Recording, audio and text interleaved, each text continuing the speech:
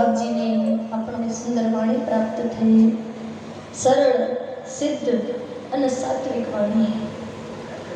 એક શબ્દ પણ મહાપુરુષોમાં આપણી જિંદગી બદલવા સક્ષમ હોય છે. એવા પૂજ્ય બાપજીના ચરણોમાં દંડવત પ્રણામ, માં રાધામાના ચરણોમાં દંડવત પ્રણામ. એકવાર સંતોને જોરદાર તાળીઓથી ધન્યવાદ. એમને જરૂર નથી આપણે જરૂર છે એટલે એમને પર બોલાવ્યા છે.